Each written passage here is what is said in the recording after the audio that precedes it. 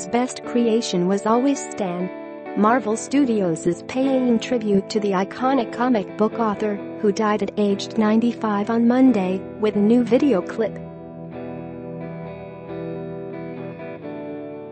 Get push notifications with news, features and more. Following you'll get the latest updates on this topic in your browser notifications. Lee is credited with co-creating some of the most popular superheroes of all time, from Spider-Man to the Hulk and the X-Men.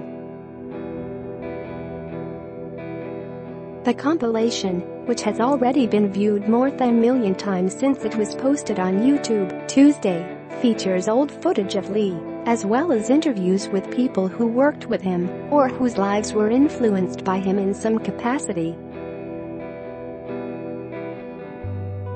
Marvel's chief creative officer Joe Quesada recalls telling Lee, after shaking his hand at a panel, "Thank you, you saved my life, because the life that I have today, there's a direct line from that first comic book to here."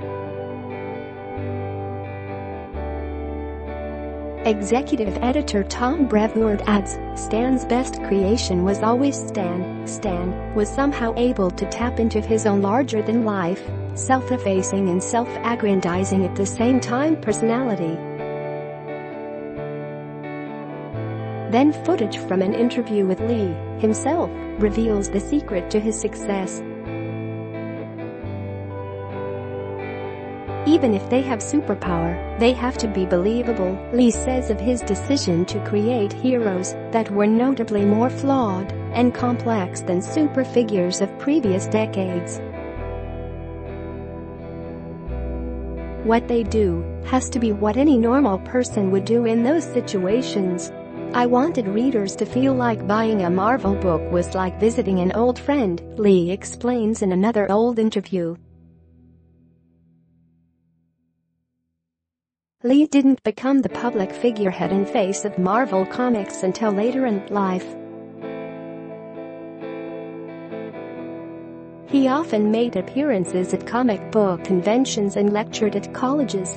Lee continued to play an important role as Marvel transitioned into television during the 1980s, serving as narrator on animated series like Incredible Hulk and X-Men, Pride of the X-Men, and executive producer on the 1990s animated series Spider-Man.